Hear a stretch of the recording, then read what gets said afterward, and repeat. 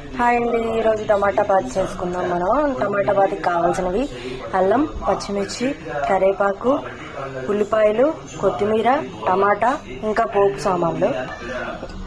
ముందుగా ఒక బాండి పెట్టుకొని దాంట్లో నెయ్యి వేసుకోండి. ముందుగా బాండి పెట్టి దాంట్లో నెయ్యి వేయండి. నెయ్యి కొంచెం వేడయ్యాక దాంట్లో బొంబాయి రవ్వ వేసేద్దాం.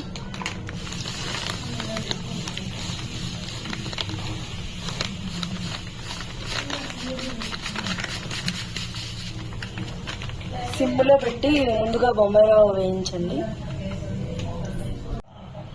ఇలా బొంబాయి రవ్వ మొత్తం పచ్చివాసన పోయేదాకా వేయించండి. వేయించిన తర్వాత మళ్ళీ ఇంకో బాండి పెట్టుకోండి. తర్వాత ఇలా ఇంకో బాండి పెట్టుకోండి. దాంట్లో నూనె వేసుకోండి. అలా పోపు వేగిపోయాక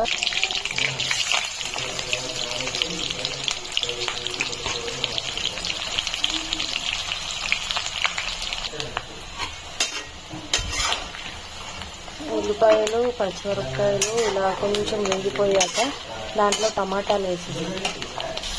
టమాటాలు కొంచెం మగ్గాక దాంట్లో కొంచెం పసుపు వేయండి.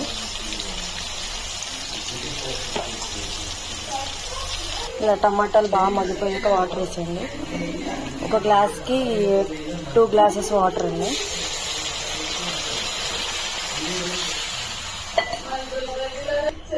వన్కి 2 గ్లాసెస్ ఆఫ్ వాటర్ వేసేయండి. దాంట్లో ఉప్మాకి టమాటా బాత్కి సరిపడా ఉప్పు కూడా వేసేయండి.